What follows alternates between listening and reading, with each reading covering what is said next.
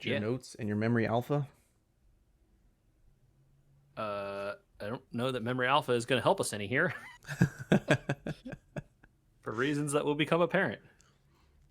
Hello. I don't know why I keep doing the Tim Rogers. I'm watching too many of his videos. Because his videos are great. That's why. I mean, I just re-watched the spoiler one. Did I tell you I subscribed to his Patreon? you did tell me. Uh, That's great. I feel like the money, $36 a year, if he makes these 2-hour videos, 5-hour videos, whatever they end up being all the time. Thus far, all of them have been 3 hours. I think he said the next one is 2. I feel like I am helping to create a net benefit for gaming society. I was watching his stream a while back, and someone responded. He responded to someone in the chat who was like, "Why don't you, he makes these videos and he cuts them up into like parts or whatever. It's like 3 hours, but there's like chapter 1, chapter whatever, and they all have names. They're not chapter 1, but it's like part 1. Yeah, he this has thing, like this, usually 5 parts. or however many parts, right? Mm-hmm. For Final And- Fantasy VIII, he had 8 parts. Right. Why wouldn't he? And someone's like, well, why don't you just break these up into separate videos? It's better. The videos are shorter. That's the thing that people say that you need to do. Like, he says, like, the number one comment he gets from people unsubscribing from his Patreon is that the videos are too long. He wishes he made shorter ones. And he's like, agree. And he's like, no, I don't want to make shorter ones. I want to make these ones. This is what I want to make. I'm making what I want to make, and you people are enabling it. As a gaming old, I prefer the longer videos. I'm not in it for the clickbait. Let's review Animal Crossing in 10 minutes. Hyperactive voice like this all the time. And you can make clothes and chairs and this and that. It's like that. I don't care. YouTube face and YouTube voice are a plague and truly have ruined society for everything. I think that his videos directly are a response. Their creation and design is a direct response to YouTube face and voice. Good. That's the only reason I can. The Pac-Man one, man. I did. So I have watched them all, and I have watched The Last of Us twice because I took notes on that one. That one is he studies writing a lot for some. I think he writes books or something. He has said he has written about 50 unpublished novels that he has never shown anyone. Just like has them. Yeah. So that is the most introspective about the story aspects of stuff, and a lot of it applies to film, especially The Mandalorian. Mm-hmm. And so I watched that one twice because I was like, this is important for me to understand. He's really, really thoughtful. I don't know if it's due to his eidetic. Eidetic, thank you. I always get that wrong. Memory or whatever. I don't know if that's related to that or something else, but he just has this knowledge that, maybe he does a ton of research. I'm sure he must do some research because this stuff is no person, even if you remember everything you've ever read, knows everything about Pac-Man like he does in that video. This stuff, right? Yeah, he must be doing tons of research. And so, yeah, it's super interesting. Yeah. And like, not even, and he does them about weird stuff. Like, it's cool that he made a 3-hour video on Pac-Man. Like, that's absolutely, because it was something I would never watch, right? Like, I would never seek out a documentary on Netflix about Pac-Man, really. Mm-hmm. It'll be all about, the records and the creators. It'll be all about Billy Mitchell and all that stuff. And like no. He talks about the creator, but he talks about the creator of it. I can't remember his name because I don't have an eidetic memory, but he talks about the creator of it in the light of other things in that creator's life, right? Like, it's about like, here's this other game this guy made, and you can see how it's like kind of related. He thought about this and did this different thing over here. Yep. Mm-hmm. And yeah, it's interesting. I love his stuff. It's so, the only downside of it is that it obviously takes him an insane amount of time to make these things, and therefore you only get them like once every couple months. That's fine. I feel like if he makes 3 of those a year, I have paid more money to watch a digital Foo Fighters recording of a live concert. You know what I mean? Fair. Yeah. Like, it's just like a money that should be spent. Someone should be creating this stuff. Yeah, totally. And that's not an ad. If I end up keeping this in the show, I just we talk about stuff we watch and choose to participate in and love. I don't think we've received. That's not true. We have received a couple things for free. Yes, non-zero number of things. I would not claim it's a lot of things, though. What's funny about that is the stuff we have received for free, one of us has inevitably already paid for. Yeah. And that's how we ended up receiving a free copy. It was like we ended up talking about stuff and they're like, here's some free copies. It's like, okay, great. Cool, thanks. I already played it, but whatever. Yeah, we definitely paid for this and backed the Kickstarter 4 years ago. Yeah. That's funny. Okay, real lead-in time. Welcome back to Star Trek. That's right, Star Trek. A voyage amongst the stars, not a war. Yeah, no wars. There's no Baby Yoda in this series. I mean, yet, I guess. Yeah. You know, I don't know. I don't know. Is Grudge Baby Yoda? No, it's a cat. So I don't know. We haven't gotten there yet. I bet there's something to Grudge. Or do you think Grudge is just a giant cat? pretty sure it's just a cat. Okay. Welcome back, everybody. You know, this is Space Cat, I guess. So. Space Cat. Do you think they have a little treadmill for the cat so it doesn't lose like body mass? They have gravity on the ship, man. Oh, that's true. Yeah, you don't need it if you can walk around. That's a good point. You were right though. If it was like the space station or whatever, where it's 0G all the time, yeah, you need a little treadmill for the cat. Yeah. Have it chase a mouse. Oh, it's good to be back talking about Star Trek. We don't do carbon scoring that often unless there's like a season of something going on and it's crazy, like The Mandalorian was. But there's no Mandos in this space. Nope. We're going to talk about aliens with glowing foreheads that we still don't know the name of. Yep. Didn't really say. Orions. Andorians. Yep. Humans. Mm-hmm. Haven't seen a Klingon this season yet. Not yet. Kelpians. Who knows what the Klingons will look like? They've changed them in every. That's true. By the future. Discovery so far. What will future Klingons look like? That is going to be a real treat to see where they decide to land on what the do they go back to the original look? Maybe. Not the original. Do they go back to the most populous look, right? The TNG era look. Or do they go back to the oldest look and have them go back to being like original series Klingons that are just like people? Ridgeless? What if browless? What if Book is a Klingon? Dude, that would be a real trip because I don't think those things looked like Klingon ridges, but that would be pretty cool. I don't know. I just had that thought right now. I don't know. I throw it out there into the universe. I don't remember the last name of the race on the ice planet, but that race, we see that race too. I also don't remember their name. It probably won't be important. But let's get into season 3 of Discovery. Yes, we know we're behind. We like to do them behind because we watch them in chunks. And it's real easy with an online series that's not as popular as Star Wars to not get spoiled. I mean, it's not. You still have to, like, not go to certain places, but it's easy to not go to those places. Yeah. And then, just if you avoid the one place where it is, they talk about Discovery every week, you just don't go there and then you don't see it. So it all works out. I think the only Star Trek stuff I've seen trending in the last couple of years has been Lower Decks. And it was once.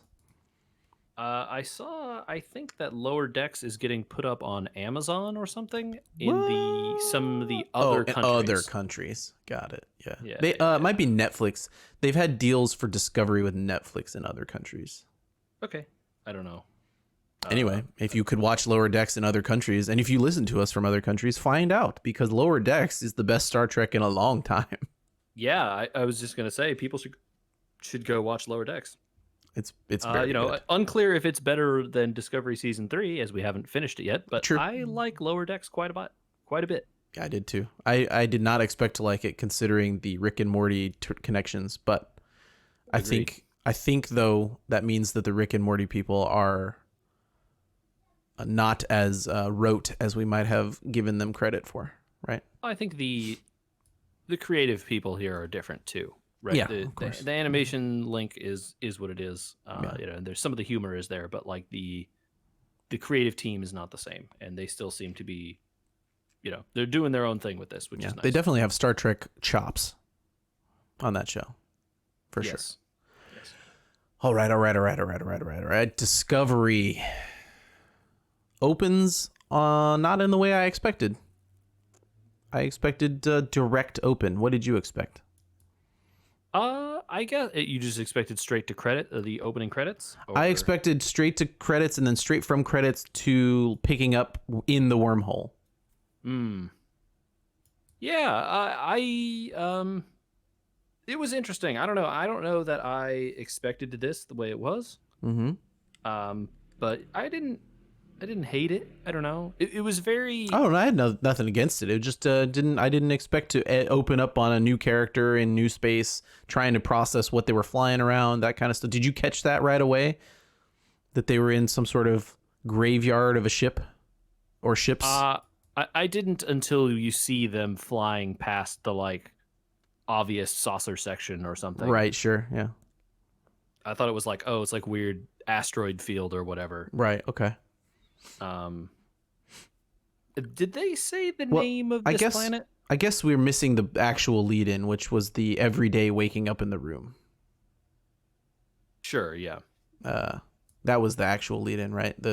I guess we don't find out his name until the end of the episode. Correct. But every day a man wakes up in a room on a magic bed, and then that's the cold open, which is kind of feels important that you're gonna need to know about it later, but like it's not the universe building moment that it is when we meet Book. So that's kind of what I feel like the opening really is. Right?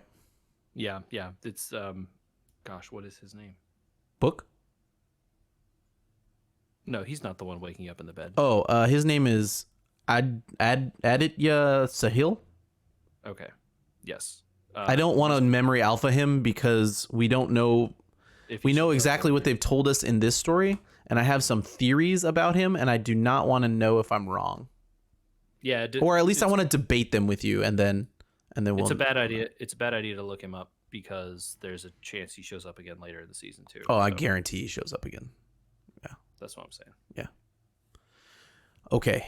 Book is flying through wrecked starships. Book is a new character flying some sort of starship. Looks more like a Star Wars ship than a Star Trek ship. Yeah, I saw that and I was like, "What is this?" Like, Yeah. it looked very un-Star Trek. But then again, we kind of might find out why, right? Sure, yeah. We open on him getting attacked. He's stolen some cargo, and there's a fight happening. And then in the middle of that, Burnham shows up from the wormhole and literally punches his ship down to a planet. Just like knocks him out of the sky. Yeah. Yeah. And we find out immediately. Well, Burnham, what did you think of the reentry of this? You just chalk it up to Star Trek magic. I mean, yeah, it is space magic here. She appears quote unquote hurt for a few minutes, and then we've moved on Yeah. after falling into a planet. You know, she's clearly hurt, but realized she needed to walk it off, so she did, I guess. The suit tells us it's what 3188. Yes. Woohoo! Which is like several hundred years after the end of the latest thing in the normal timeline. 930 years, Okay, so almost 1,000 years. almost 1,000 years. Yep. Mm-hmm. Is this the part where someone says quantum slipstream when she's talking to when she meets? Oh, Book when and she they're goes to talking meet Book, yeah. But before we go to meet Book, I have a question. about- Okay, yeah. I rewound it and I tried to watch it again, and I still don't understand. She tells the suit to go back up into space,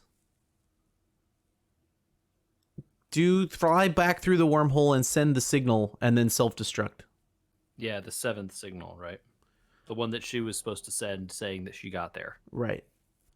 which obviously we find out later from Spock that eventually they get it, right? And then Right. they ignore it because it never happened.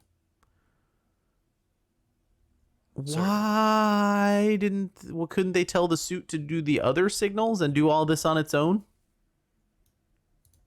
Andrew, time travel is not linear, and so you have to do it in the time that you're doing it. You can't go back and do it later, even though that is exactly how time travel works, and you could do that.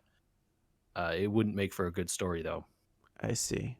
Luckily, we're going to get around the time travel problem pretty quickly here.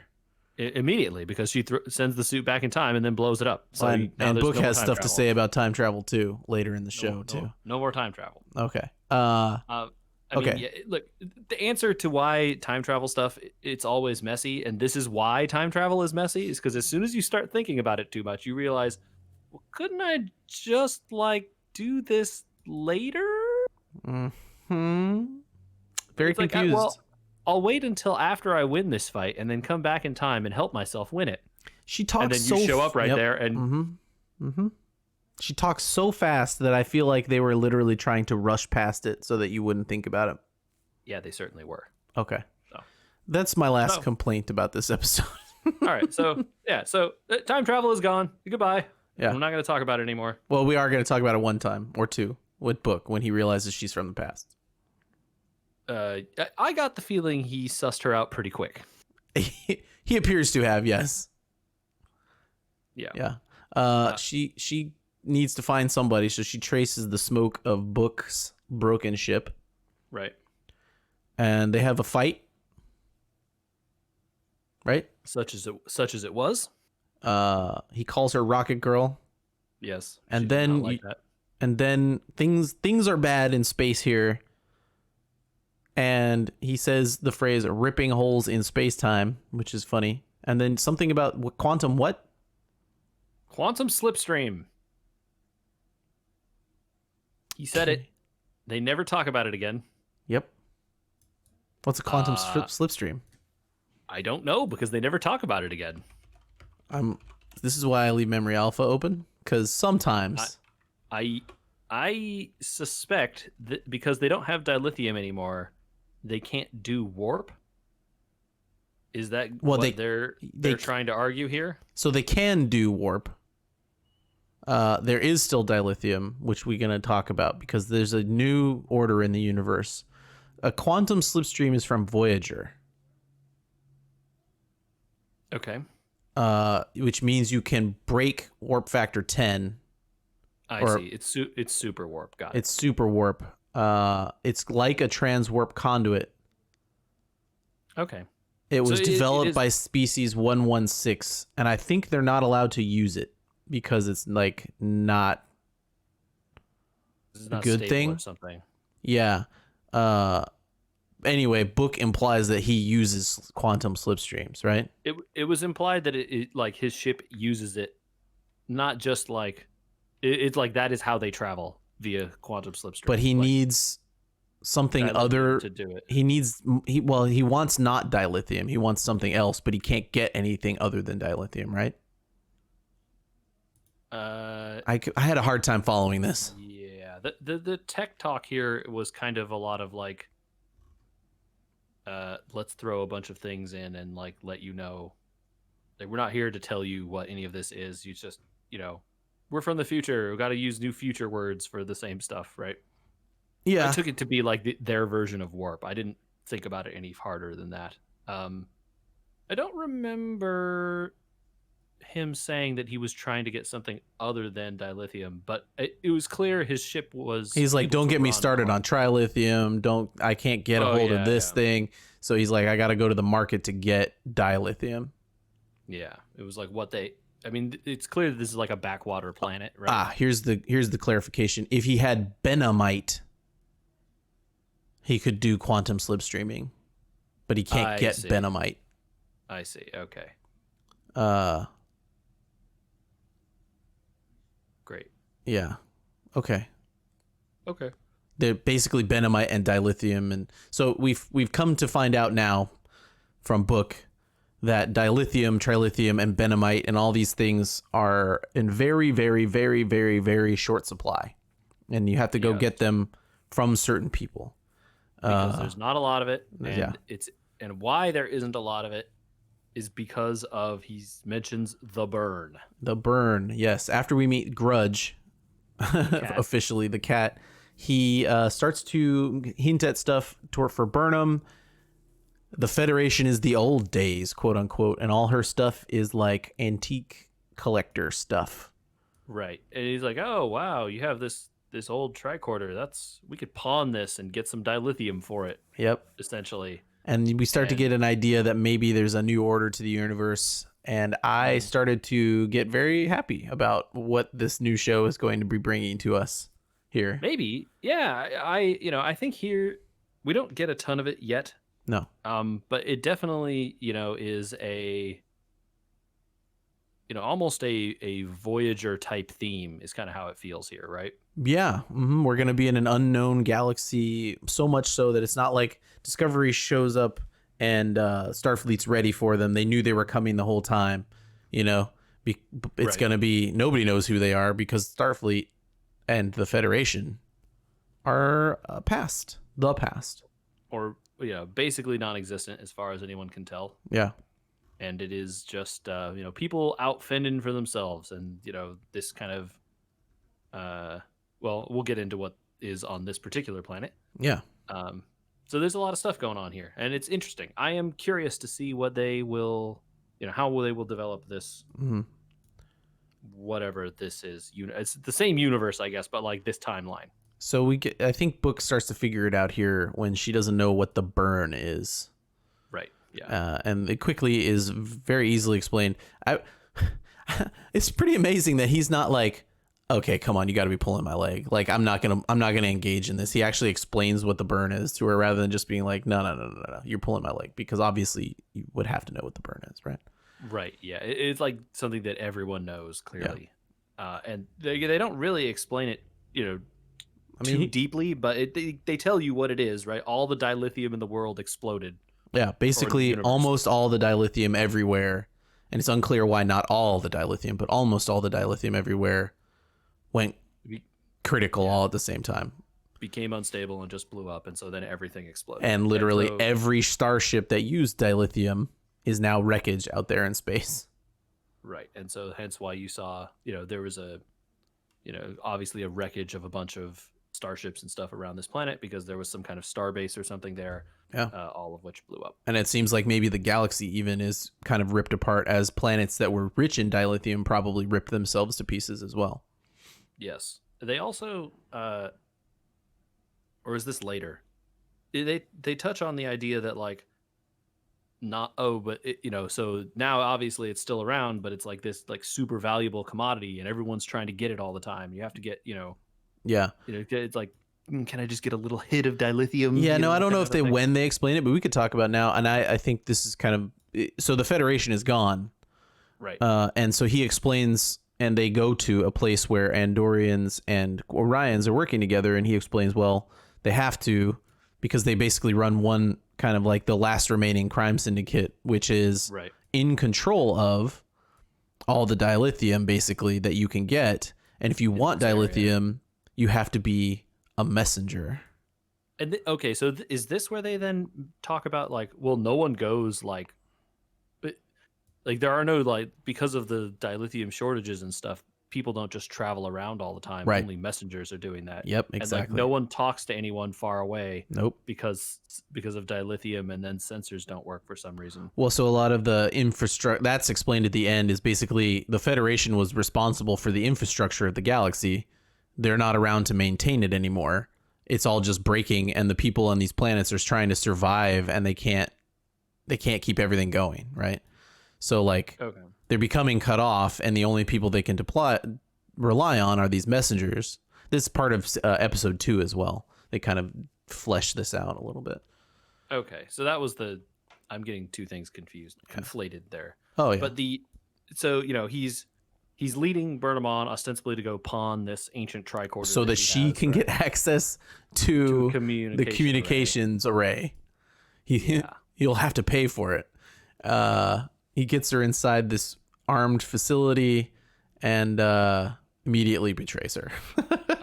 Not even immediately. She's just like, yeah, it's right through there. And then it's like she walks through the archway and is immediately like put in a laser grid and arrested. Yep. Like, and then he steals all her stuff. 10 seconds where she between her there and like the arrest. Yeah. Very funny to me. It was enjoyable. Yeah. It was enjoyable to not be like, oh man, this guy from the future just all of a sudden forgives her and like is going to be a main character, and they don't have like, and then no. We're not going to go straight to that. Don't worry. No. Yeah. The scoundrel character continues to be a scoundrel. He doesn't just immediately have a heart of gold. Right? Is he a scoundrel? Well, we believe him to be, because there's very angry people chasing him around saying he stole his cargo. He doesn't seem to be on the Orions and the Andorians here don't seem to be super happy with him, let's say, already when he shows up, right? Right. So he's trying to pawn her stuff to get more dilithium, right? Mm-hmm. Meanwhile, we go straight to trying to sweet talk the vendors, like, hey, this is for collectors. I like the lady's just like, no. I didn't write it down, but I do like the conversation he has with her, which is like, we need to access our better selves, okay? Just reach deep down, access your better self. Like classic con man stuff. He's just like, but bad, right? But like not good at it. No, clearly bad at it. Yeah, pretty funny. I laughed, and I laughed more as Burnham goes to jail. Yep. And I was like, oh, good. So again, this is one of those things where like, I'm like, oh God, Star Trek has become, we talked about this with Picard a while, where like they just got like really gritty and violent and like, I love to see people get hurt and torture and all this stuff, right? Yeah, Picard is definitely arcing that direction. Way too much of that, and I was like, oh God, they're doing it to Discovery. This is going to be a big torture scene. They're going to like, shock her and use future pain lasers or whatever and make her talk, tell the truth or whatever. It definitely starts that way. Yeah, and like you're like, oh, okay, here we go. He injects her with the drugs. Oh no, come on, you gotta get that part right. First of all, they're like trying to question her and it's not working. So the little robot comes in and you're like, yeah, here's the pain laser, and it mists her in the face. Yeah, with like it doesn't inject, it just like spray. And it's like, oh, okay. I'm like, well, whatever. This is how they do it in the future. Okay, I didn't think much of it. And then like she immediately has like a weird reaction to it. She starts like shroom tripping all over the room, laughing, and then like, the Andorian and the Orion is she passes out in the seat. Is like, oh, that's not supposed to happen. It's like, did we give her the wrong dosage? the comedy begins at that point, and it turns out just like she's telling the truth. But it turns out to be truth serum. Yeah. And she's just like, really happy talking to herself. It's like introspective serum. I saved all the things. The whole galaxy of things. I saved them. Yeah. My friend Tilly has red hair. Do not give her any of this. Yeah. Yeah, this will be bad. It's pretty funny. She does a great job selling the ridiculously overly high truth serum stuff. It's just like she just goes from being like very contemplative to like manic happiness in like the space of a half of a sentence, Right, yeah. It's pretty good. It is good. And that whole scene, and then the two guards are like, they're just looking at her like dumbfounded, like, what is going on here? Like, this is not what we expected to get out of this. Cut back to Book. He gets cornered during all this. They finally tease out of her that she was robbed by Book, right? By Book, yeah. And she's like, this guy Book stole my stuff from me, and they're like, aha, we knew something was up with this. We know him. Let's go get him. You can confirm this, and then you'll be let go, basically, right? Right. So Book cut back to Book, and he's already been accosted by somebody else who it was the buzzard beak. the buzzard beak looking guy. orc guy. Yeah, right. Yes, he did look He looks like like an orc from Lord of the Rings. He does, or yeah, Specific an orc, orc from Lord of the Rings. He does. Absolutely, you're absolutely right. You're absolutely right. I so see. He looked like that guy, and so he was that guy. He was also the one who was chasing him in space, right before. Yes, that is the same one. Mm-hmm. And so that guy shows up and is like, "Oh, I got you, book," and is like causing a commotion. He's like, "Where are the police? I got him. Give me this." And then the police do show up. They do show up. Is this the first time we see the personal transporter?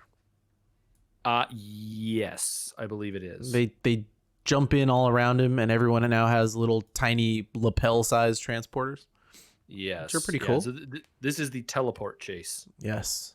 That ensues here as Burnham shows up with the cops. She's like, "That's the guy." Okay. And they're like, "All right, sweet, let's arrest him." She gets her stuff back, and then they turn on her to try and get Book to.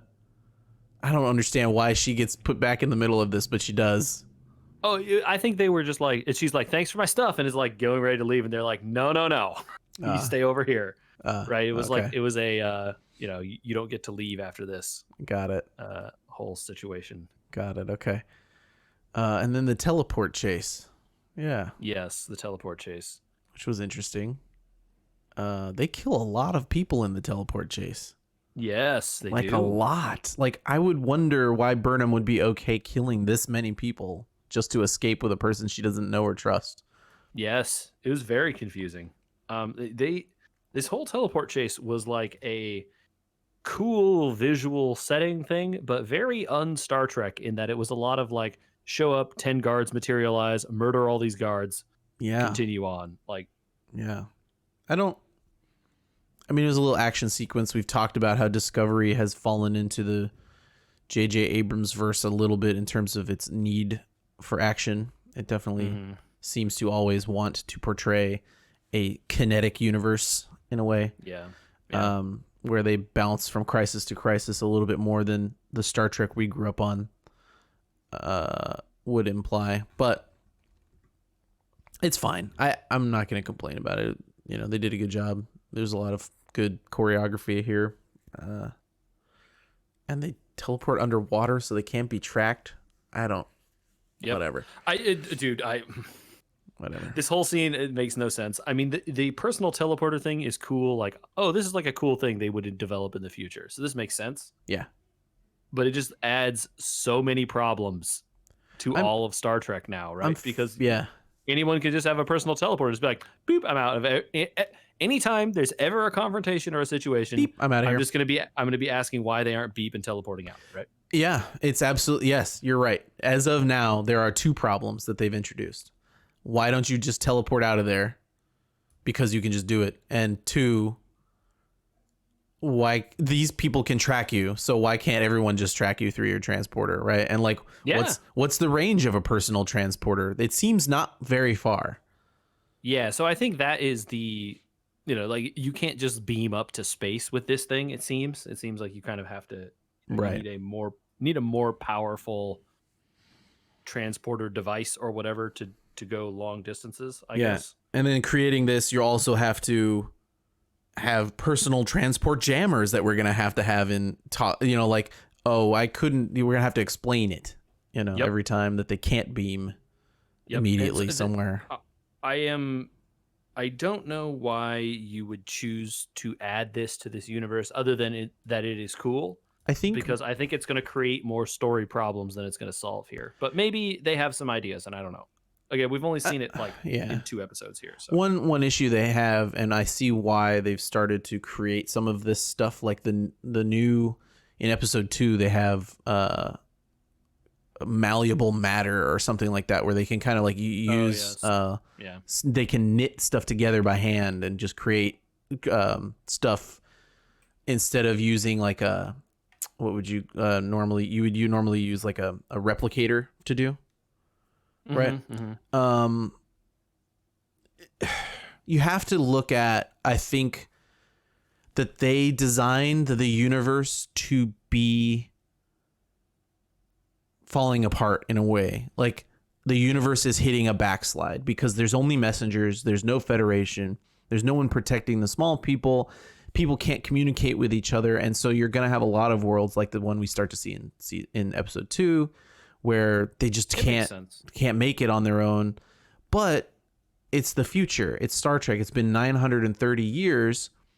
People has to be new and right. cool. So people would have been out there, and it's only been 150 years since the burn, but people would have been out there creating new technologies, A, because it's been 1,000 years, and B, because since the burn, there will be a need for scientists to develop solutions for the burn. So yeah, we're not going to have new starships. Yeah, okay, maybe some of them have slipstream access, but they can't use it all the time. Maybe there's personal transporters because that was developed in the 1,000 years. But then there's going to be this backslide, and the scientists aren't going to be working on new androids and like all that kind of stuff. They're going to be working on how can I get this ship to move faster without dilithium? How can I retroactively make the personal transporter bring 2 people along? How can I, that type of stuff is where this has to go. I don't know. Sense. It does make sense that some stuff will come up and other stuff will seem backwards. So we'll see. Yeah, I get that. It's I am, I don't know. I don't really have a problem with it. It just seems that this particular device could end up being problematic. I agree with you. Them. Yeah. But you'd say that about a phaser too, why create a phaser? Why I created this? It seems like technology that should exist by 1,000 years later. Hopefully we get a better idea of the limitations and it doesn't cause the inevitable problems that you and I both are wondering about. I want to point out really quick before we get to the end of the teleport chase here. One of the guards that shows up is a Morn. Oh yeah. I don't remember what Morn's race is. Morn of, I think it's Morn of Morn, isn't it? I would believe that if you told me that that's what it was. I don't remember, but I do remember seeing Lurian. Lurian. Okay. I remember seeing a Lurian here, and I was like, it's Morn! And then they disappeared. The play, I remember. Now I remember why I was thinking it's Morn of Morn, because the episode in DS9 is called Who Mourns for Morn. Yes. Yeah, great episode. Yeah, very good. Lurian. Good one. It's like, oh, hey, like the races we know and love are still around, somewhat, at least here. Yeah. But obviously they're all in very different circumstances here. So absolutely. During the chase, Book gets punched a lot in the face. Yes, he does. She even says, I think I may have broken your nose, and he doesn't really react to it. Mm-hmm. And by the time we get to the end of the chase, he looks perfectly fine. But Burnham is injured. So we get to see that he is not, in fact, human and has some sort of healing properties or something like that. Yes, it seems to be, well, we don't learn that here, right? We learn it later. He communicates with a plant or something like that, and the plant is medicinal or he creates it. It's very curious what happens here, but he's clearly unfazed and uninjured after this entire chase and being punched in the face a lot. Yes, and Burnham got a phaser burn or whatever on her arm, or cut herself or something, and so the plant can help her heal somehow. The big thing there is, like, it seems like Book has he's got some kind of powers, man. He's clearly not human, but I'm not going to look up because I don't want spoilers. Right, definitely don't. What he is. Find out more about that later. Yeah, that would ruin, I think, the show a little bit, because I'm sure they have a plan to tell us all about him. They do tell us a little bit about him. I mean, we also see the part where the giant slug comes out. Yes, right? which is basically what happens next. They get to the ship. They're ambushed. He gives them the code for the ship, which is sticky. Right. And the slug comes out. He tells them, you don't want to do that, but they don't listen, and they all get eaten. Yep. And then Burnham gets eaten for a second. Then he's like, "No, bad slug. Bad slug. Spit her out. Let my girlfriend go." It's just like he does. She's got a funny line there. I did not know how today was gonna go. Hey, yeah, hey, some days you're doing all right. Other days you're in the belly of a slug. Yeah, some days you Ups and start downs. one day, you start the day in a different century and end the day eaten by a slug 930 years in the future. Truly the ups and downs. The of slug life. is called a trance worm, by the way. Okay, is this something they explained? Somebody says, Burnham says it's a trance worm because it's endangered. She knew in the past that it was endangered. I see. She said no one's around to enforce the Endangered Species Act. And that's why he said to close her eyes, Right. It tranced everybody. I see. Okay. Yeah. Okay. Anyway, they get on the ship. They trust each other enough to get on the ship together. Yes. At this point. And this is where he explains about the sensors not working, right? After they go to Sanctuary, they go to a place called Sanctuary. They drop off the slug, and she says something that triggers in him the desire to help her, which is something along the lines of like, I understand why you're doing this Sanctuary thing, and that's why I have to find my ship. You know what I mean? Right. Yeah. And so he's like, her cause is also a noble cause. Yeah. I can help you, he says, and they go to a destroyed Federation transit hub, relay station, something like that. Yeah, some kind of star base or something. It's all blowed up, but still functional, kind of. And then we meet Aditya Sahil. I'm trying my best. Yes, the Federation liaison. Liaison. Appears to have been living in this starbase by himself for a very long time. Yeah, so, okay. At first I thought he was a program, but then I remembered the opening of the show. Why would a program have a bed and all that sort of stuff, right? Yeah. Then I was like, Android seems Maybe. Also not likely because he says he's had a family that the flag... He talks about I inherited this from my father. Right? Who inherited it from his father. Right. But no one can swear him into Starfleet. So it seems like he might be a real person that's been living on this thing alone for 40 years. How did his father have a son? I don't know. So this is what I wanted to debate with you. Is he an android? Because it's easy to say Data calls, what's his name? Sure. The creator, Sung. He calls Sung his father, right? It could be. He could be. I would believe it if he was, but I am inclined to think that they want us to think he's a human. I am inclined to believe that he is not an android, but it seems unlikely that he would. Anyway, yeah, very touching. What is Starfleet about, and why do some people believe in it? Basically, only Aditya believes in it. This is where we get the explanation that the sensors are not working. Right. And he's like, oh, well, I wanted, I was never formally sworn into Starfleet because there was no officers left to do that. And he did say that there were 2 Starfleet ships on his sensors, though. Yes, he did. Yeah. Very curious what that means. Maybe Starfleet kind of still exists somewhere. Well, I think the one of the explanations we got from, I don't remember if it was here or just before this, right, was that because things are all very sort of sectioned off and there isn't a lot of deep interstellar travel anymore, no one really knows what's going on outside of your little hub, right? Because of the sensors, you can't talk to any of the other relay stations. So okay, well, there are 2 here in this little area he can see, but it's only this one star system or whatever. It's just the ships around here. Yeah. So he doesn't know if there are more Federation ships or, bigger ones or, any of that stuff because the word doesn't travel, right? The only people that are traveling are these couriers and they're here delivering stuff. Which is kind of, this is what I was talking about, the universal backslide a little bit. It's kind of fascinating. I'm interested in this. Yeah, I am curious to see where they go with it. And he ends with the titular line at the end here, right? Mm-hmm. The episode is called "That Hope Is You," right? And that is at the end, right? And he's like, "Oh, well, Burnham is that hope is now." You. They call this one "That Hope Is You" Part 1. There is no part 2. There is no part 2, right? As far as I can tell.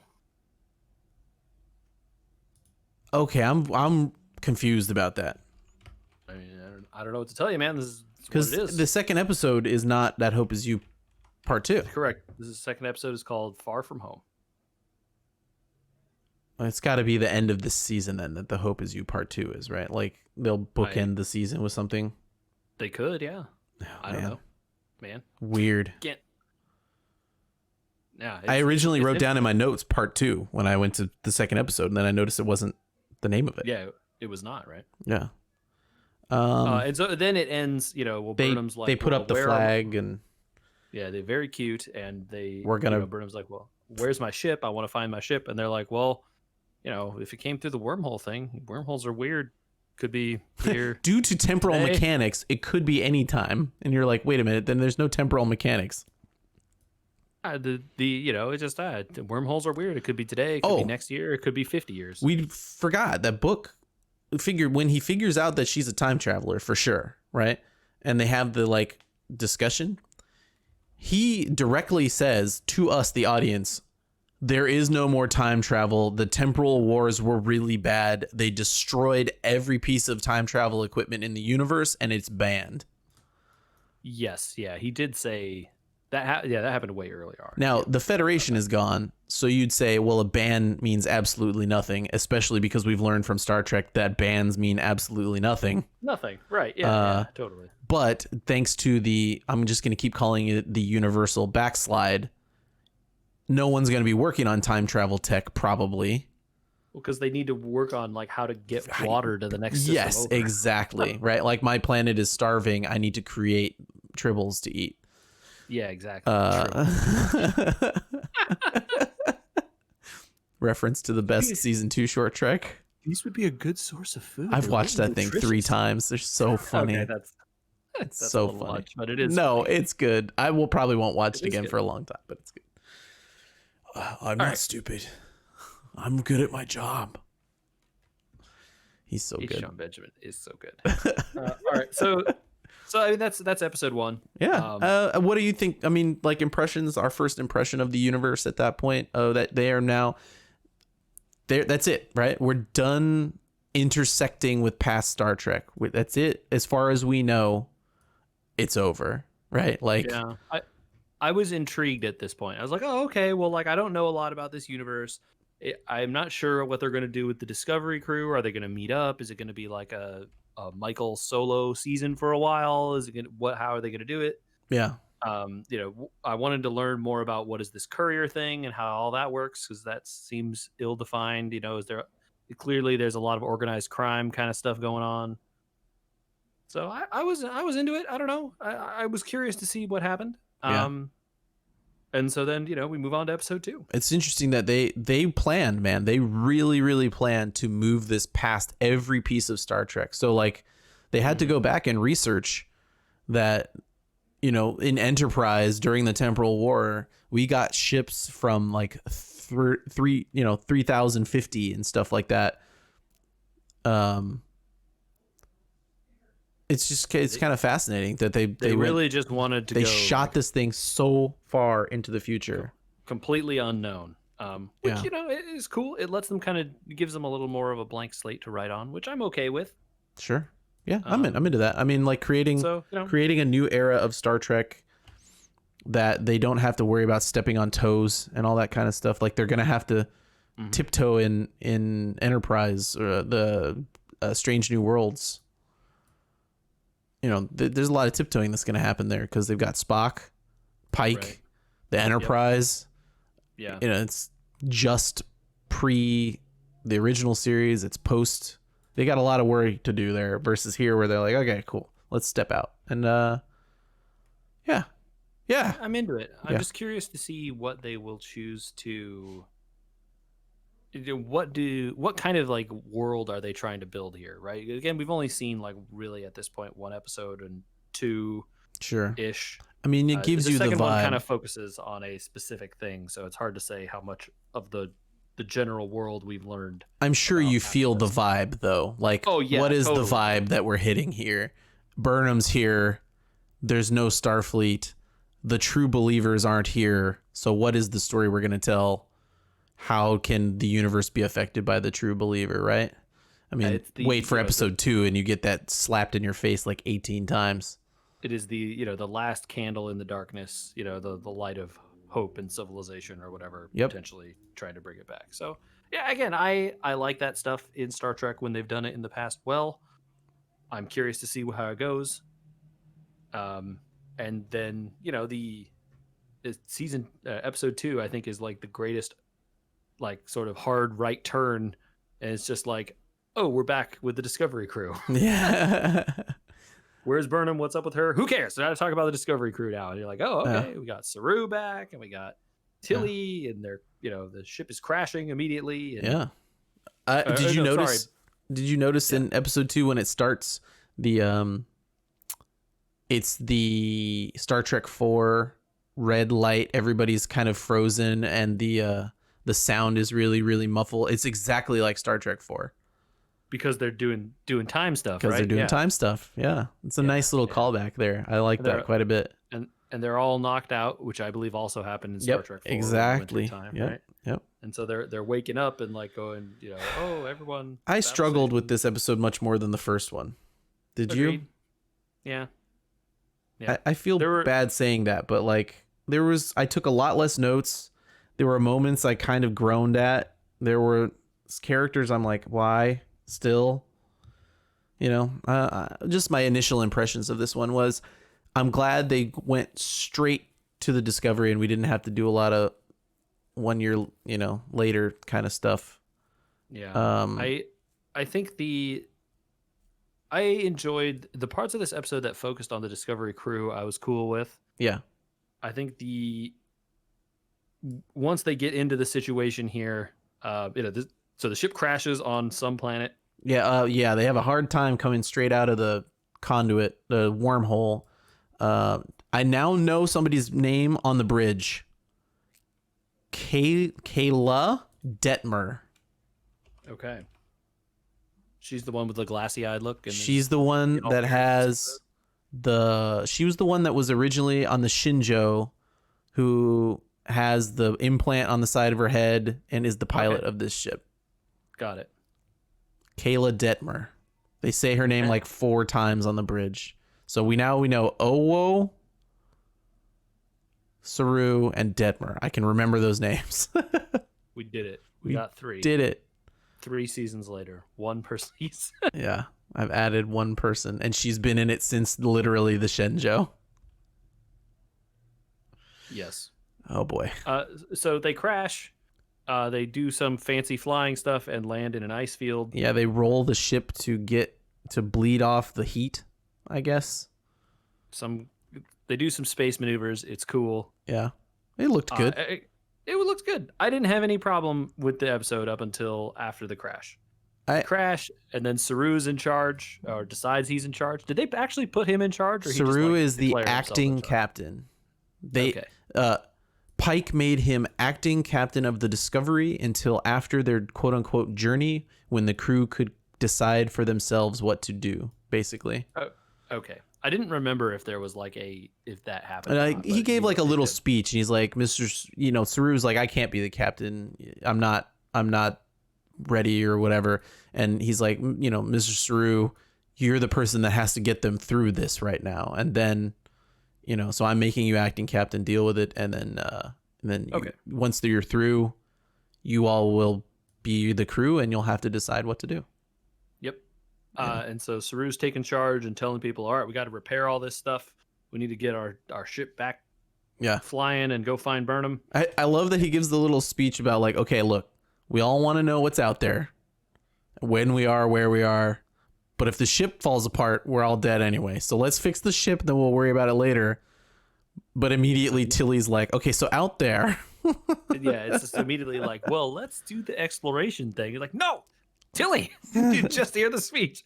And then I have a note here. It's like, they're doing all these repairs, and it's like, oh yeah, Georgiou is on this ship. Yes, really funny. First of all, they continue to ace every appearance of Georgiou at the beginning of every episode she's in. This one, she shows up. We see her face, And it's like, oh, cool, she's alive, she's here. And Tilly immediately looks at her boots, and there's just chunks of blood and matter everywhere. Dead guy.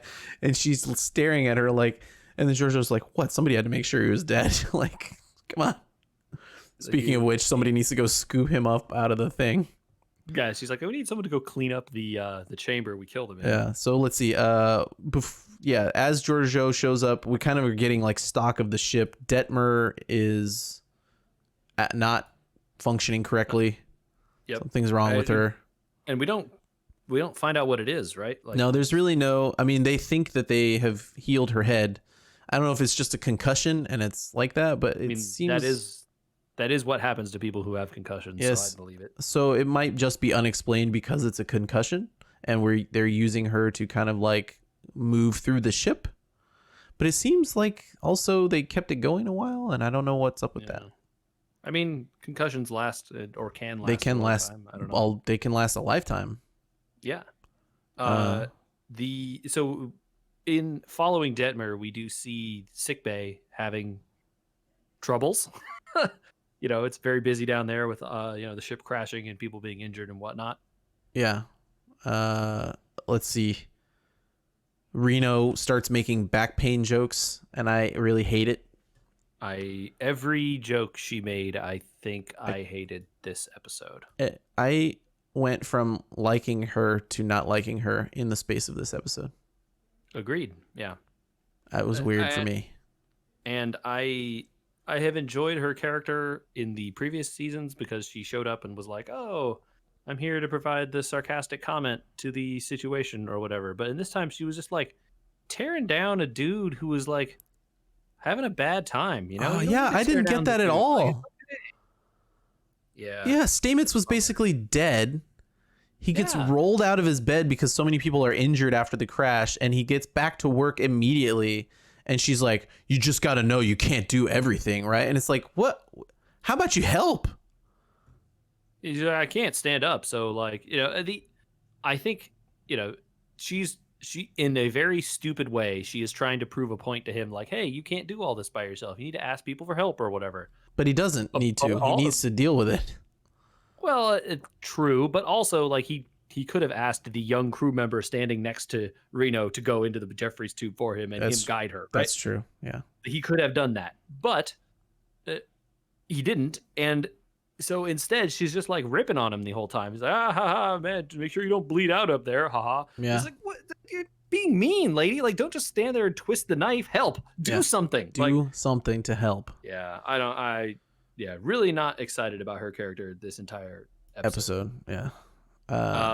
So then, immediately the Saru realizes they need there's a huge argument between him and Giorgio on the ship in front of the crew about, like, she wants to get weapon systems and communications online and, like, go invade the settlement and figure out what's going on. And he's like, no. We're going to fix our EPS. We're going to get off this rock. Then we'll fix the communication. And it's like he's got a very measured, almost, they do a good juxtaposition here. She's overly aggressive. It is the order and chaos approaches to things, right? She's overly aggressive, and he is too measured. They are creating a dyad, to use a Star Wars term, of two different philosophies, both of which are wrong. Right. As proven by the outcome of this episode, right? Right. Yeah. It is he really just wants to do we're going to do everything by the book.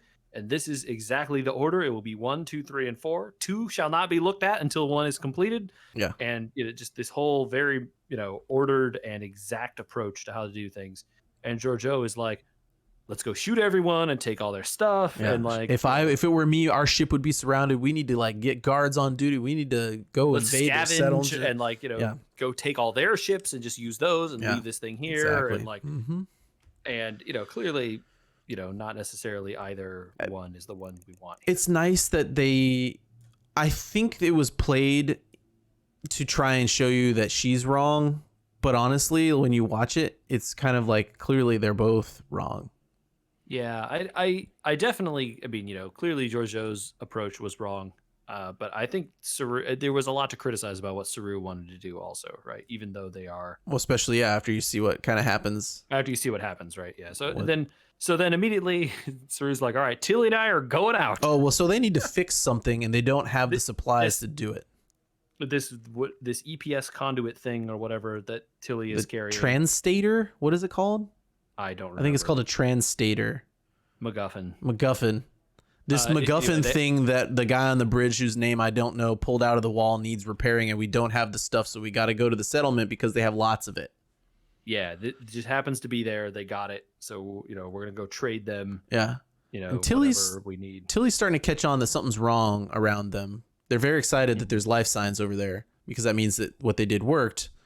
But there's no dilithium, and the ships don't have any dilithium, even though they look work capable. And you're like, oh, yeah, you're almost there, Tilly. Come on. Tilly is definitely like trying to put the pieces together, but unfortunately, they don't get it by the time they get there. Yeah. And then the coolest thing I think in this entire episode is the transport doorway. Oh yeah, that's so cool. I loved it. They walk across the barren plains or whatever to this settlement, and then they're like, "Oh, it's a cave. Well, how do we get up there? Maybe there are stairs inside or something. Nope. I don't know." Beep. They walk forward. They're in the bar. Yep. Really funny and cool because it reminds you of like the technology around Starfleet in San Francisco, where there's all the archways of transporters. But like this is better. It's hidden in the wall. Yeah, it was so cool. Really fun. I really enjoyed that. It was like, oh, like, yeah. And like the fact that. And then like, you have to still walk through the double western doorway. The saloon door. Yeah. And even like the podunk backwater bar that like no one goes to except the locals or whatever. That place has the teleporter doorway. So that thing, like, it's just, this isn't a big deal. Everyone just has this. It's fine. Yeah. Personal transporter tech, Yeah, exactly. So anyway, that was very cool. And then they get to meet the locals, who are immediately distrustful of them. Gosh, who could say why?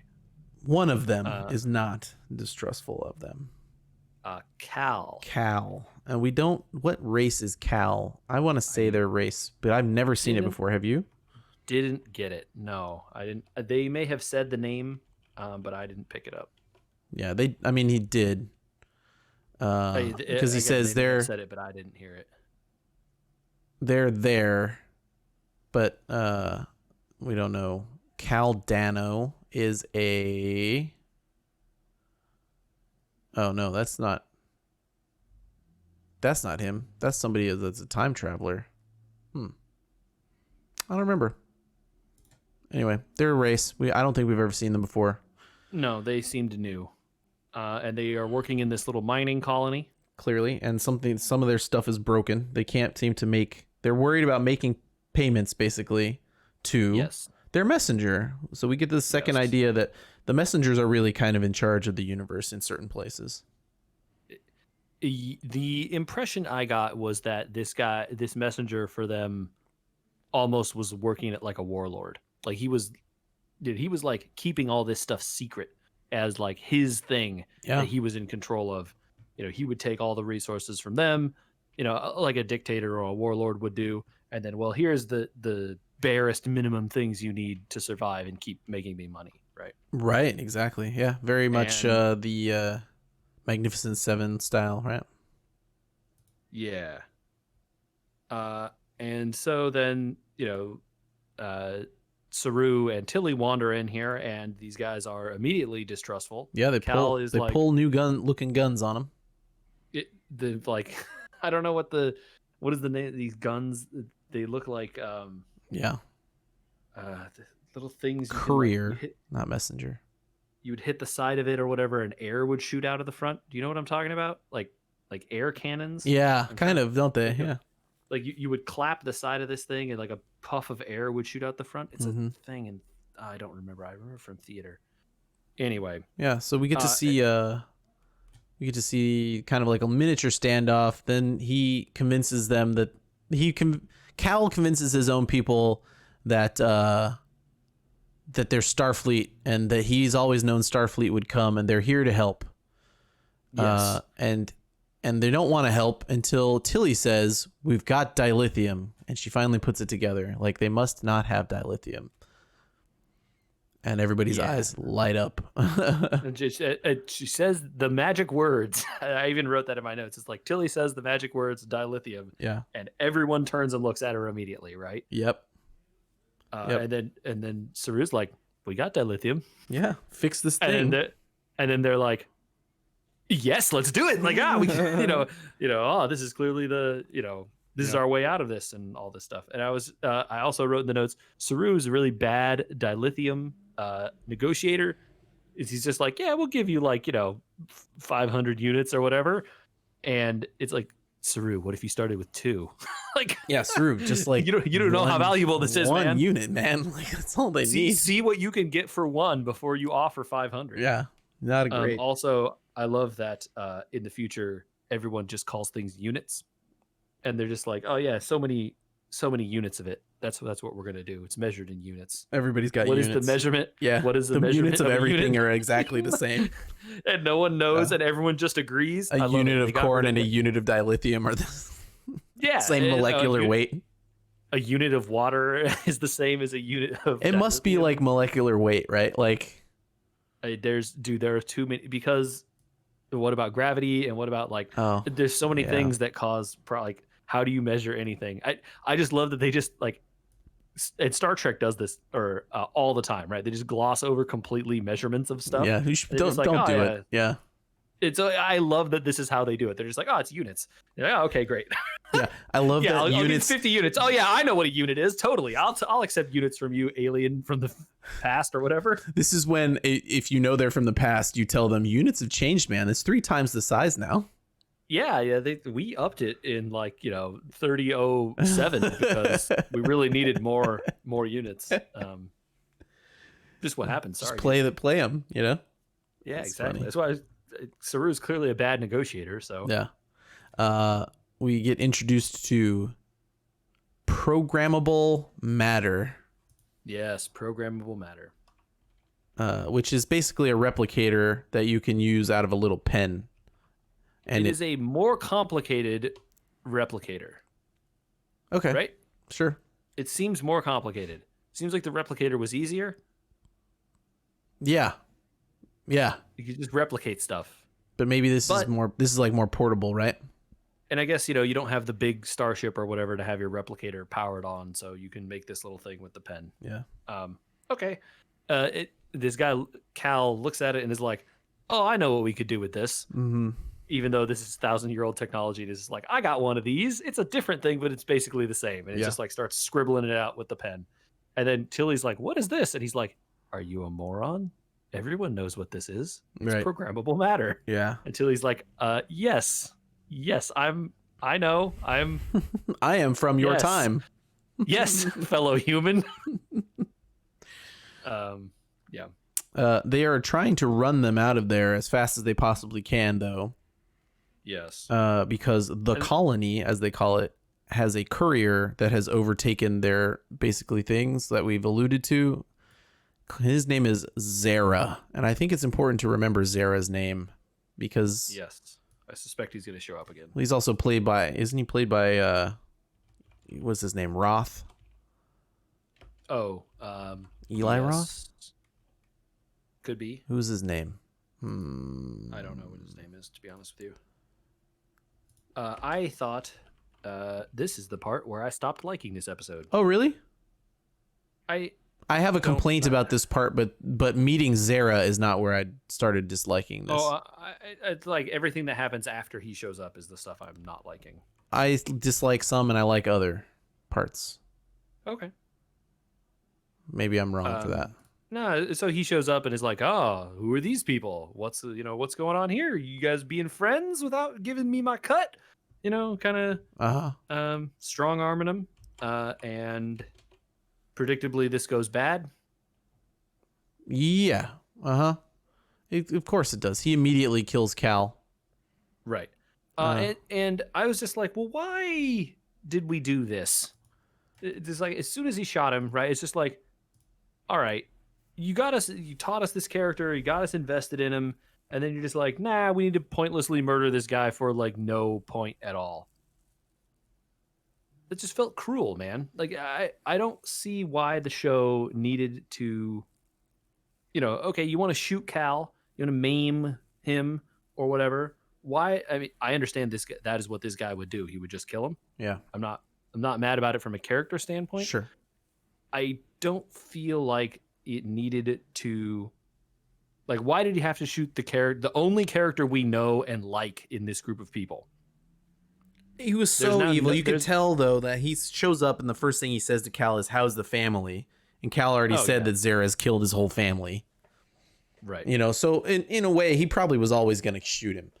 I guess. I think this is the contrast that they set up in that ready room, is that Saru thought he could just walk in and, his first impression is first contact.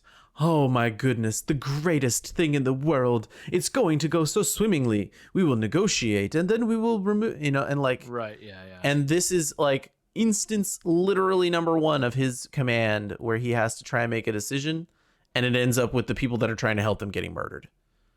Right. Oh, and it is the naive, the naivete to go out and just be like, well, I am here, the beacon of civilization. Welcome, share in my light. And the guy's like, well, I have this gun. Give me all your stuff, please. Yeah. And then, Yeah. And so, like, there's consequences to his naivete and his inability, it seems, to walk the gray line that the good captains eventually train themselves to do. Mm-hmm. Right. And have the backup plan and know that people like Georgiou, who once we see Cal murdered, we know is got to come to the rescue here. That they provide the service they provide, right? Like, Riker doesn't go on away missions without Worf for a reason. Yeah, totally, right? Like, Saru's away mission team is like himself and Tilly, no guns, and Tilly, no guns. And to be clear, maybe Saru is a crack shot. I don't know, but you maybe want to have, people with. There's a reason you don't send the ensigns on away missions typically, right? Right. Yeah. And I think that's intentional. I think all of this is intentional. I think his death is intentionally supposed to make you feel bad, like, because it's not supposed to work out for Saru, right? Well, and it clearly doesn't, right? And so they get into a big fight, and Georgiou shows up in the middle of it and kicks everyone's ass, which is sweet. Oh yeah, and we get head spines, which was really gross. It was gross. And then I think this is where I have a problem. I wanted to know why they're using torture guns, and I didn't like that. Okay, sure. Like, these other guns that Book and Burnham stole just make people obliterate people. Yeah. And I mean, that's pretty bad. They're super dead. Yeah. When you do that, but these guns seem like they just like shoot you in the chest and just like burn and like leave you tortured for a while, and that sucked. Yeah, it does. Just make them. Disruptors were better. Disruptors are better. Well, Michelle Yeoh would be dead then. Okay, fair. They could have had a different device or something. It doesn't matter. I didn't care. Yeah. I did care about this confrontation between her and Saru. Yeah. Because I feel like the writing here doesn't make sense to me. Saru, it got a little cartoonish. Saru develops plot armor here. Why? Someone needs to explain to me why Georgiou wouldn't look at this situation and gas everybody in the room with that rifle. Yeah, just shoot them all, right? Oh, Saru and Tilly bought it. There's this guy named Zara. He killed everybody. I killed him, and I got our thing back. I'm now in charge. Yeah, I don't understand why she would accept giving the thing back to Saru. I don't get it at all. I don't get why she didn't just kill the guy. Like, what's Saru gonna do? Yeah, exactly. He's like, leave you here? She doesn't. Okay, you seem pretty capable of taking everything over by yourself. She doesn't like him. Like, she is, first of all, racist against Kelpians. She murdered their entire species in her universe, except for Saru, who she kept as a torture pet. She's an evil emperor from the evil universe, confronted with a Starfleet captain from this universe, who admonishes her strongly with his finger while she's holding a disruptor. Yeah, she could just be like, and literally she could just murder everybody else in the room and walk away with the thing that needed fixing. Come back to the ship. Oh no, there was a fight. I survived. Here, let's go. Yeah. Makes absolutely no sense. I don't get it. I don't understand it at all. I didn't like this part either. And then it's you're right. You said cartoonish. And you know, it is a Saru comes back and it is like, this is, you know, we are going to follow the protocol. We're going to do everything by the book. It's going to be great and right. And then eventually she's just like, yeah, okay. What? Yeah. That's not. He gets angry and yells at her, and she's just like, oh, whatever. I'll hand you the pistol, I guess. It's like, why? At least make her keep the gun. I don't know. Why wouldn't she just walk out with the gun? I don't get it. Yeah, I mean, like, what is he going to do? The only thing I could think of was like, oh, she calculates that she needs them to find Burnham because she ostensibly is very, very attached to Burnham and like needs to find her. But maybe, I don't know why she needs Tilly and Saru to do that. I mean, Zara just got here somehow. Yeah. Take Zara's ship. No one says that. Why doesn't she go take Zara's ship?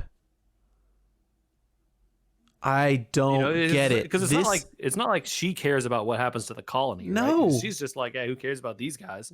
What about me? Saru says you can have Zara's stuff. That's not Saru. Right, Saru, exactly. What? Giorgio doesn't care. She could just take it. She does have the gun. Yeah, the guy behind the bar does not have the gun. She was Section 31 before this. Going around the galaxy on her own is just fine. Yeah. This is bad writing. There's no character motivation that I can come up with that makes enough sense. The calculation of I need them to find Burnham doesn't make any sense to me. I mean, you could say she needs Discovery to find Burnham, and that's fine. So kill these two and take over Discovery. This is your chance right now. Yeah, and I also didn't like the fake time pressure here of the parasitic ice. Oh, I was gonna get to the parasitic ice in just a second, but wow. It's just like wow, the parasitic ice. So bad. Okay, so we got to move past this because none of us are going to come up with the answer. If you have the answer, if you work on Star Trek Discovery and you understand why she does this, if you have spoilers that tell us why she does this, don't tell us. But like if there's a character motivation here that we're not seeing in the moment, you can email us, podcast@wewergamers.com. Yeah, please do. I'm very curious. Tell me the character motivation that is not future knowledge. That makes sense. Maybe Andrew, it'll be explained. But she has a secret plan. It won't. It's bad writing. This is bad writing. It is. And worse writing. Ice is also bad writing. Worse writing is parasitic ice. Yep. It could just be really cold outside. You could just say that, right? It wouldn't explain why the ice grows so fast, though. I understand why the ice grows so. Why you can't. Ugh. It's stupid. It's stupid. So it's bad. Dumb. And they could just say, we're on a ice shelf, and the ship is too heavy, and it's breaking through it. Yeah. Done. Yeah. They're literally we can't lift off the shelf without shattering the shelf and falling through it, or you know what I mean. Like anything else would have been good in that because, first of all, we have. Zara threatens that Tilly needs to run back to the ship and get his stuff before the ice kills her. Right. Okay. Well, that's evil. Second, the ship is under pressure because the ice is crushing it. We got to get it out. Okay, great. Third, now Saru, who won't kill Zara, leaves his fate to the people of the planet, and they're like, go out and get killed by the ice. Mm-hmm. Okay, great. How did they get back to the ship without getting killed by the ice? Transporter magic, my man. Did they take Zara's ship? What did they do? The only thing I can surmise is that they now have personal transporters because nothing else makes any sense. Nothing. I mean, the only other thing that makes sense is say. they use Zara's ship, and then why didn't they use Zara's ship to help pull the other ship? Yeah, great question, right? I don't. This is all bad. Yeah. The end of this falls apart completely after the confrontation with Saru and Giorgio. I also wrote that when they are back and they're like, all right, let's take off, everyone. It's like repairs. Did we finish? Because Stamets fixed the whole ship by clicking that one thing into the thing. Oh, that was how you fixed the whole ship. Clicking that one thing. The one thing clicked in, and then everything's fixed. Yeah, it really should have. Bad. Why didn't they start with bad that writing? One? This thing fell apart, dude. This thing fell apart. It started off with such a good premise.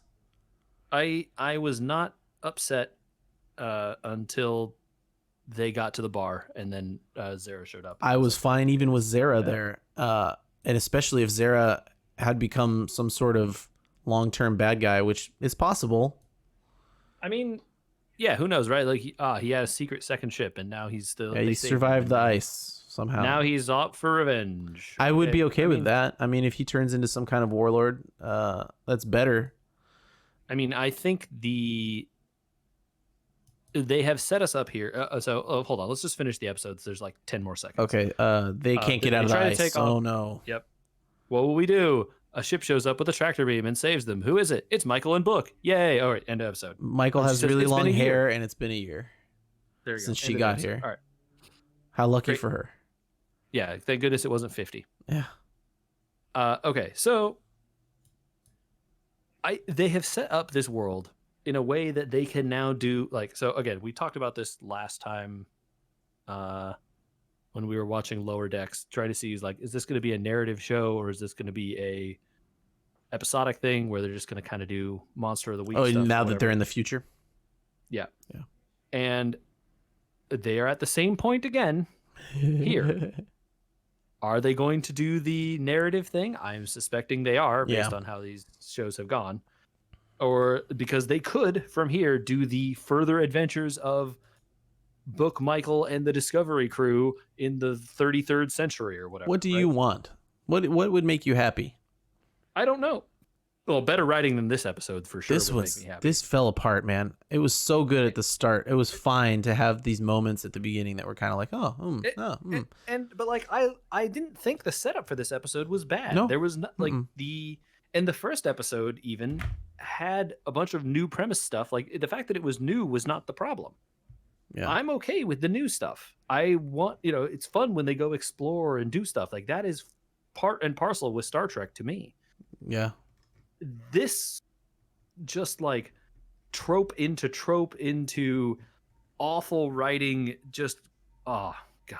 I really hope it's more even going forward. It's just not a good start. It will be hard to stomach if we have to watch an entire season like this episode for sure. And hopefully we don't. We had our qualms with some of the stuff in season 2 as well. Oh, for sure. Yeah. I remember season 2 had its ups and downs as well. I can sit here and disagree with you about that kid dying in a good episode where you wish it had gone a different way and I like that it went one way. If we sit here and debate the writing because that's the way it stands, like the end of The Mandalorian, sure, then we're good.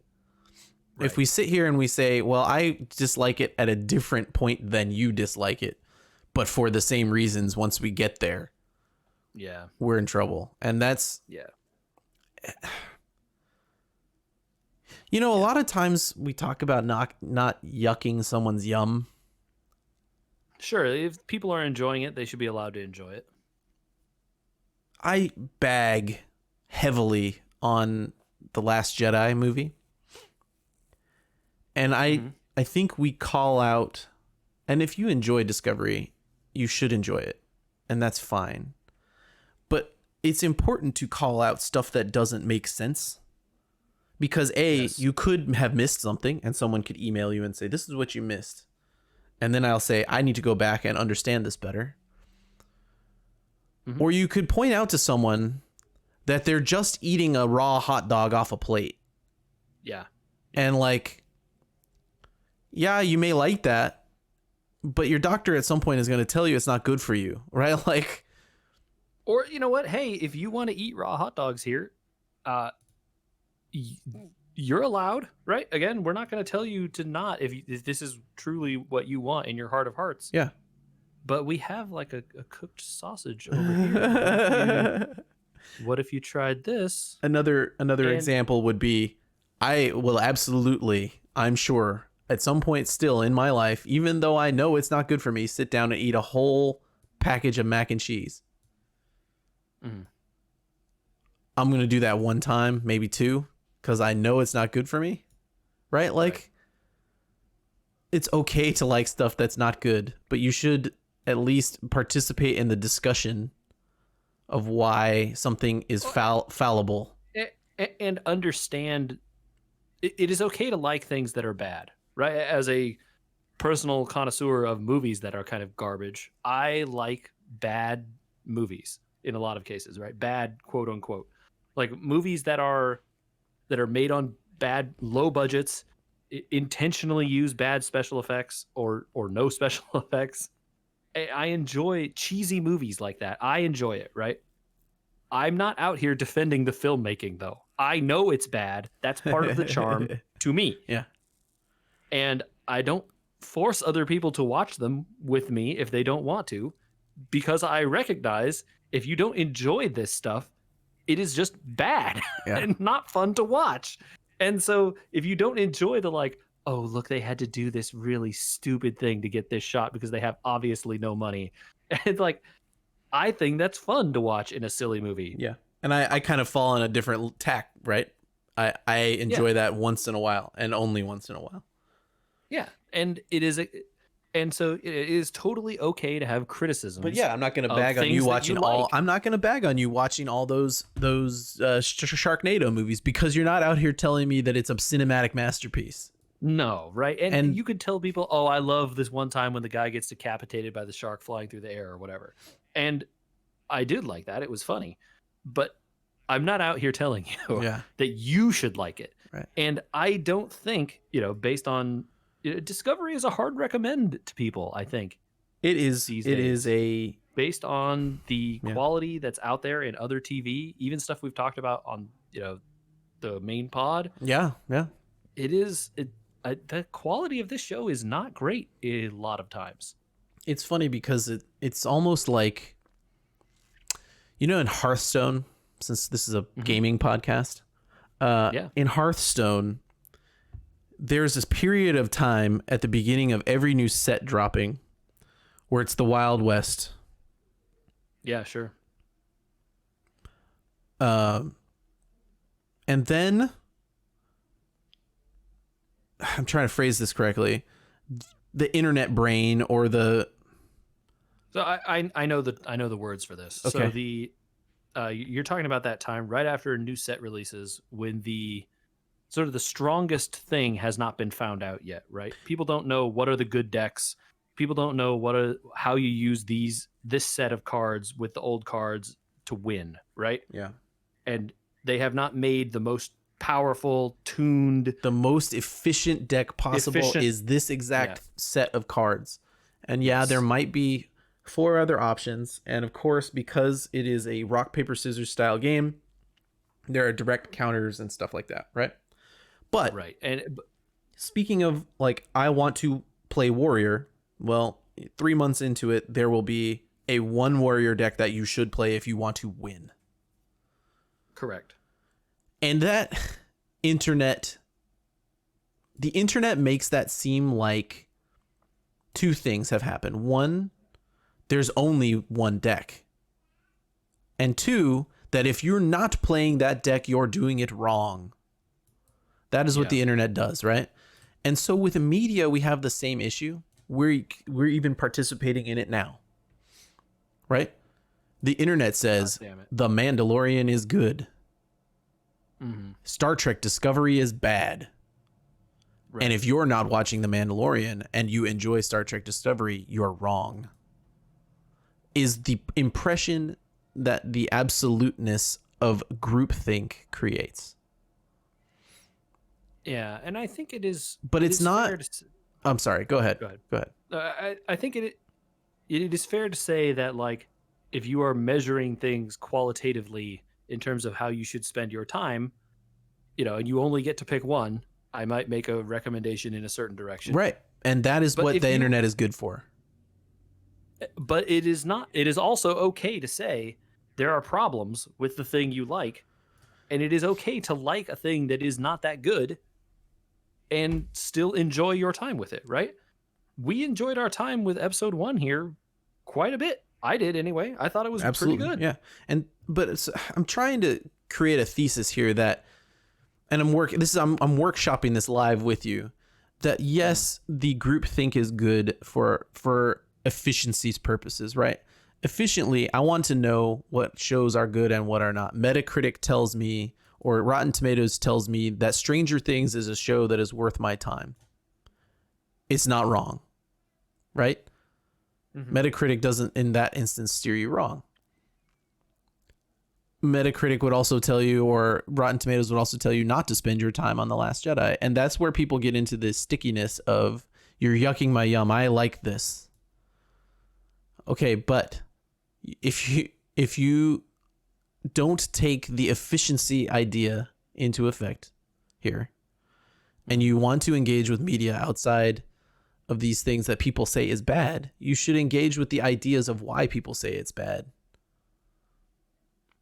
Right? Like, Sure. you should I think a lot of people, and why I like doing this and Star Wars and talking about media, goes into finding the things that are good and that are not good, and like really thinking about. It is important to understand the criticisms on the thing that you are doing or reading or watching. Yeah. Right? And whether they are valid or not is even kind of besides the point, right? Like, if there's a criticism being made against a thing, you should be able to look at that and go, well, let me see the thing myself and then decide whether I think this criticism is valid or not. Yeah. But if you just completely ignore every criticism of something and say that this thing is amazing and perfect and accept no criticisms of it, that too is wrong, right? Like, you need to be able to understand things that other people see and have issues with in the thing that you like. It's tough to that be. doesn't mean it has to yeah. be bad. It just means that, like, hey, not everyone agrees with my opinion of this. It's tough And to that's be. okay Yeah. too.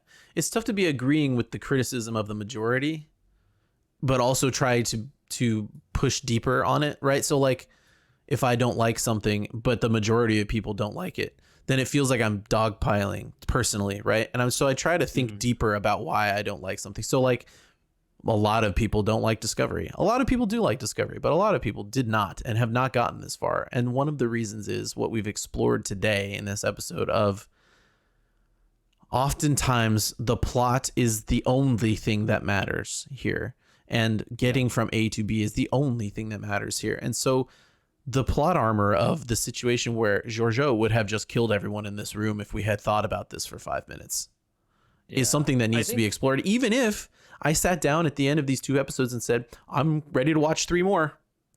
Yeah, same. And it truly, at the end of the second one, even though I recognized the bad writing that happened, I was like, well, maybe the next one will be better, right?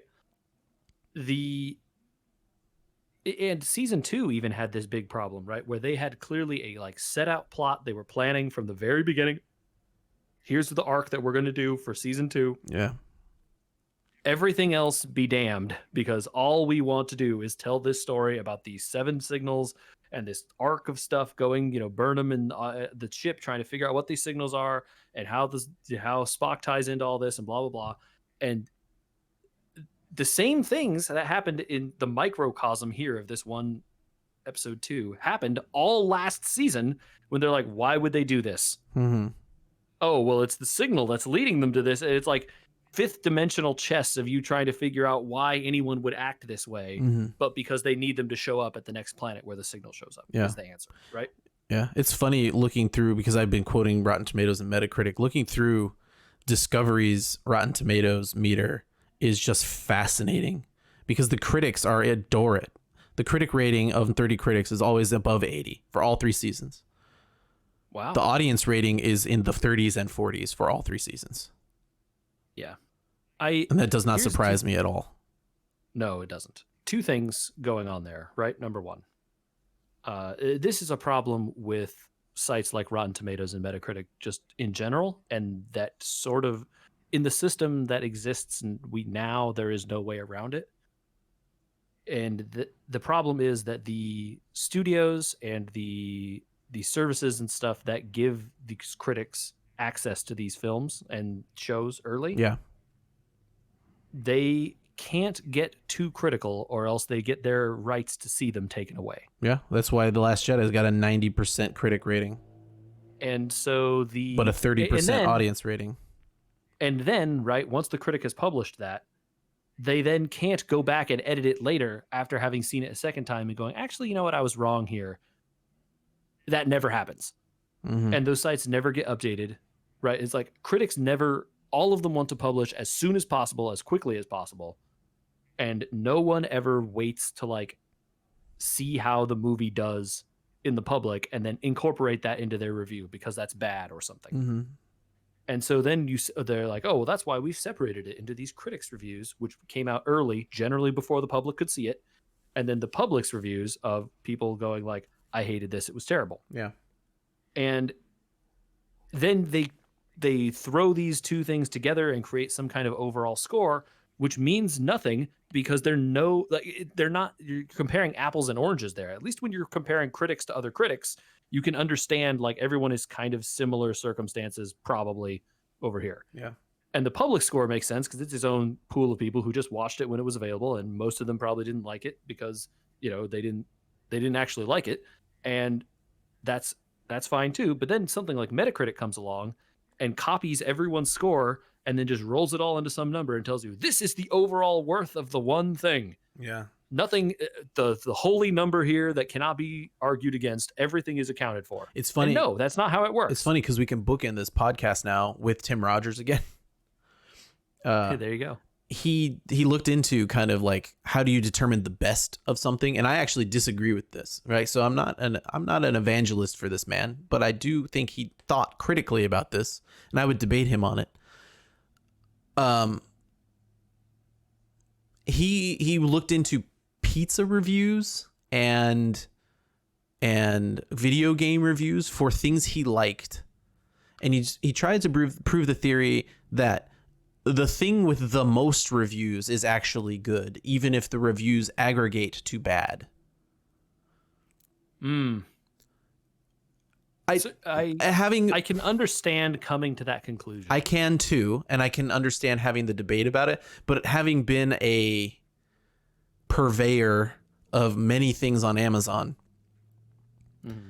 those numbers are often inflated by paid reviews, by free access to things, and just like straight up like fake reviews, and also and also many things skew more negative than they would as well because people review more often when they're angry. So you end up creating these large numbers of reviews that are skewed directly towards the middle because they're offsetting each other, right? I think. And so my theory though is the most reviews is something that is not often the best, but something that is often the most accessed or the most accessible. So like The Last Jedi is going to have a lot of reviews. That does not make it a good film for me personally. And I think this is something that people disagree with, right? With me. So I think there are two things that you're talking about there though. Whether something is good for you, something that you personally will like. Yeah. As opposed to whether something is quote unquote. Well, good. I would have the debate that movie is bad. But I think there are many other things that are bad that have lots of reviews, a lot of them, right? And especially when you come to like products and stuff like that. They are often the most reviewed and the most sold because they are the cheapest. Well, why would I pay $2 more to do this things, right? So like, I think whatever is put in front of people is often the thing that is reviewed most. I think the argument there has to. I think Tim Rogers would then probably not agree with this argument only because once you bring cost in, like I think he would be talking about two similarly priced things, Okay, but determining which is best. Because once you bring cost into the argument, yeah, obviously the cheaper one is going to win every time. it's going to be most reviewed, right? So here's another example then. By his logic, The Last Jedi is a better movie than Tenet. Because Tenet has only been given to critics and released slightly in theaters until this last week. So there's not going to be many reviews aggregated for it, right? But I guarantee you without watching it that Tenet is a better movie than Last Jedi. Probably. But I think there's something else to say that, like, that is using this method requires some amount of time to have passed, because otherwise you don't have right. And so my argument it's about impossible to get even. My argument about cheapest is not always applicable because it's not a product, but I'm just saying accessible. So like, yeah, Sure. Pizza places get a lot of reviews because they're accessible, right? Like it's very easy to find a pizza shop. And a slice of pizza costs $1.50. Right, but the $23 Pizza Italiano Napolitano place near my grandmother's house is hard to get to, expensive, and makes very niche types of pizza, right? Then it's not Domino's. So they have less reviews. And so I think I would change his theory up to they're the most accessible things to people, mentally and physically accessible. And Star Trek Discovery might not be the most accessible mentally or financially. Yeah, I think that financially is, pretty true, right? You have to subscribe to this weird service just to even get the one, the Star Trek service. Yeah, right. Exactly. So, there's that for sure. And then people that watch it then are more likely to be either really mad about it not being the thing they want because they subscribe solely for this, or they're going to be ardent defenders of how much they love it because they sunk money into it and then don't want to admit that it's bad. Yep. And so I think it is a difficult place, especially because of where CBS put this. Like, it is difficult to get a lot of people. It is difficult to get, I would say that Discovery has an issue of not enough people have seen it, and now not enough people want to see it because of all the other people that did see it are talking about how bad it has been. Yeah. Interestingly, I think maybe there are a lot of people who would love it that just are never going to subscribe to CBS All Access because they don't want to subscribe to some other fifth streaming service. I have heard that people are watching it on TV now. I don't know if that's true. I believe the first season is on TV now. There you go. I mean, maybe you could just skip straight to season 3. I'm not sure that it would matter. You'd be confused as to why they were in the future, but I mean, it kind of doesn't matter, right? Not going to go back anymore. So yeah, maybe. Well, I'm excited to watch 3 more since we're wrapping out here. Because I'm curious. I want to see this era of Star Trek. I like the setup here. Yeah, I think we agree that we enjoyed these episodes as like viewing time. Yeah. But again, we acknowledge the failures. Yeah. And it is not to say that we hated these episodes or thought that they were terrible. We hated parts of them. I'm real put off by that writing with Giorgio. Real put off. Mm-hmm. And that's a different complaint than I think that a lot of people who don't like this stuff have had. Yeah, I think a lot of the complaints I've seen out there on quote unquote the internet about Discovery season 2 and 3, I don't know that I largely agreed with. So I have my own complaints about season 2. We go back and listen to our podcasts about them. Yeah. You can hear them. Mm-hmm. But I think that it largely was, as a fan of Star Trek, a fun time that I don't know is going to like stick with me for 40 years or anything. So I'll have to leave you with one last thought. We might need to rename the podcast because I don't know that you can make a subspace transmission in the future. Dang, man. Mm-hmm. This has been a subspace transmission, and we'll see if it is in the future. I'm not renaming the podcast. No, too real. Yeah, I know. All right. It was nice to do this. We're going to see you next month with 3 more episodes of Discovery. If you're following along, that'll be 3, 4, and 5. If you're watching it with us. Please join us. Please join us. Enjoy this journey because we're only in this galactic plane once unless you get shot to the future. and bounce off a ship. And crash land.